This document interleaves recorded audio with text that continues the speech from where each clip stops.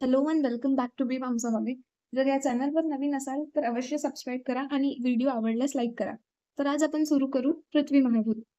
व्याख्या दिलेली आहे पृथ्वीत्व जातिमत्वम पृथ्वीत्वम. पृथ्वीत्व या जातीशी समवाय संबंधाने असलेला द्रव्य म्हणजे पृथ्वी महाभूत. पृथ्वी महाभूत हे 9 कारण द्रव्यांपैकी एक असून 5 मूर्त द्रव्यांपैकी सुद्धा एक आहे, कारण तो नित्य आहे, परमाणु स्वरूप आहे. त्यानंतर पृथ्वी लक्षण. पृथ्वीचे लक्षणमध्ये गंध हा विशिष्ट गुण आहे. पृथ्वी महाभूतामध्ये गुरुत्व गुण सुद्धा असतो, पण तो जलमहाभूतामध्ये सुद्धा असतो.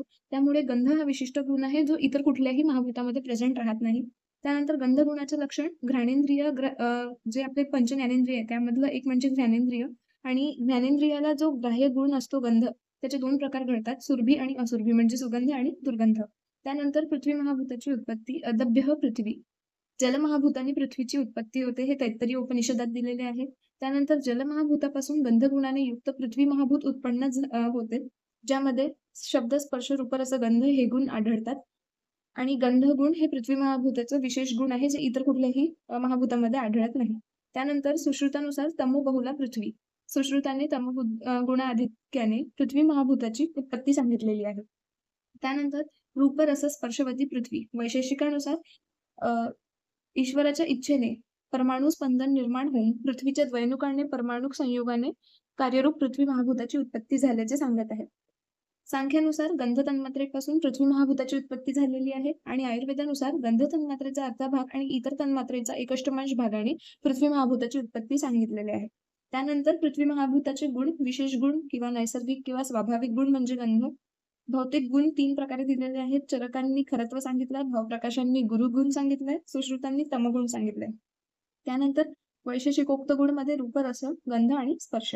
प्रशस्त पादोक्त 14 गुण सांगितलेले आहेत. रूप, रस, गंध, स्पर्श, संख्या, परिमाण, संयोग, विभाग, पृथकत्व, परत्व, अपरत्व, गुरुत्व, द्रवत्व, संस्कार. आता हे काय आहे आपण डिटेलमध्ये बघू. रूप, चक्षुग्राह्य गुण रूप आहे. 7 प्रकारचे रूप सांगितलेले आहे. शुक्ल, नील, पीत, रक्त, हरित, कपिश म्हणजे ऑरेंज आणि मिश्र. त्यानंतर रस. पृथ्वी आणि जल जेव्हा एकत्र येतात तेव्हा ती रसाची योनी तयार करतात आणि पृथ्वी जल एकत्र आल्यावर मधुर रस बनतो. पृथ्वी आणि तेज महाभूत एकत्र आल्यावर अम्ल रस बनतो आणि पृथ्वी वायू महाभूत एकत्र आल्यावर कषाय रस बनत असतो. त्यानंतर गंध हे विशेष गुण आहे पृथ्वी महाभूताचे. स्पर्श, पृथ्वी महाभूताधिक्य जेवढ्या कुठले द्रव्य आहेत त्यांचे पाकज, अनुष्ण, शीत असे स्पर्श आहे. त्यानंतर संख्या.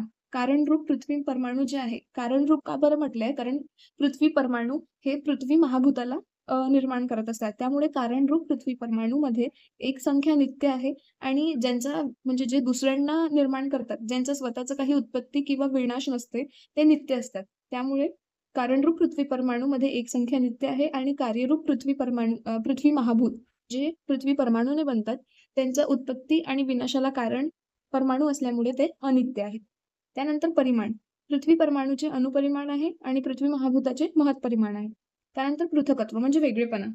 आप, तेज इत्यादी जे काही 8 कारण द्रव्य आहे पृथ्वी महाभूताव्यतिरिक्त, तर पृथ्वी महाभूतामध्ये ह्या सगळ्यांपैकी काही वेगळेपणा आढळतो. त्यामुळे पृथकत्व सुद्धा सिद्ध होते.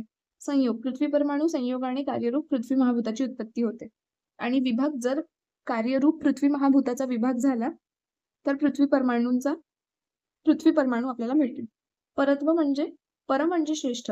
तर पृथ्वी महाभूतामध्ये आपण जांगल देश कन्सिडर केलेले आहे जे श्रेष्ठ आहे आणि अपर म्हणजे कनिष्ठ, अनुप देश कनिष्ठ सांगितलेला आहे. त्यानंतर गुरुत्व.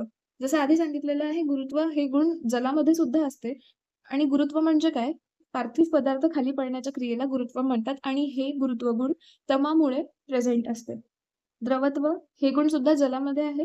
पृथ्वी महाभूताधिक्य असलेले द्रव्यात सांसिद्धिक घनत्व असते. जेव्हा आपण पृथ्वी महाभूत म्हणून एखाद्या द्रव्याला म्हणतो, तेव्हा आपल्याला सॉलिड असं त्याचं स्टेट लक्षात येते.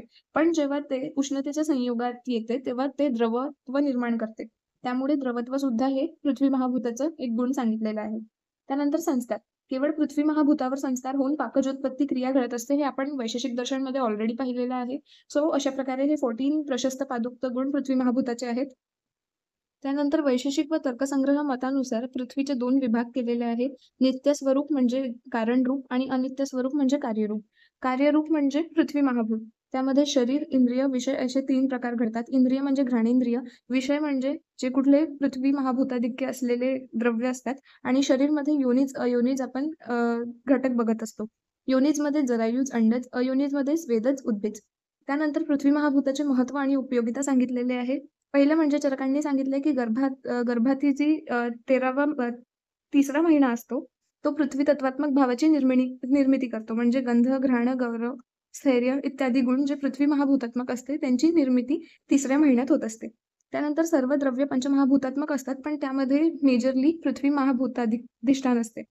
गुरुवादी 20 गुणांपैकी गुरु, मंद, स्थिरस, लक्षण, खरं, शीत, कठीण, सांद्र इत्यादी जे गुण आहेत ते सुद्धा पृथ्वी महाभूत प्रधान द्रव्य आहे. त्यानंतर आयुर्वेदात संतर्पण करणारी जी द्रव्य आहेत ती सुद्धा पृथ्वी महाभूत प्रधान आहे. जर तुमच्या शरीराचे वजन कमी झाले आहे तर पार्थिव द्रव्याने बृहण कर्म केले जाईल. शरीरातील परमाणू म्हणजे सेल्स हे सुद्धा पृथ्वी महाभूत प्रधान असतात. पार्थिव घटकांमुळे शरीराला विशिष्ट आकार आणि आधार प्राप्त होतो. त्यानंतर नख, दंत, केश, अस्थि इत्यादी जे शरीर घटक आहेत ते सुद्धा पृथ्वी महाभूतात्मक असतात. वैशेषिक आणि उपस्थ जे कर्मेंद्रिय आहे त्याची उत्पत्ती पृथ्वी महाभूताने सांगितलेली आहे.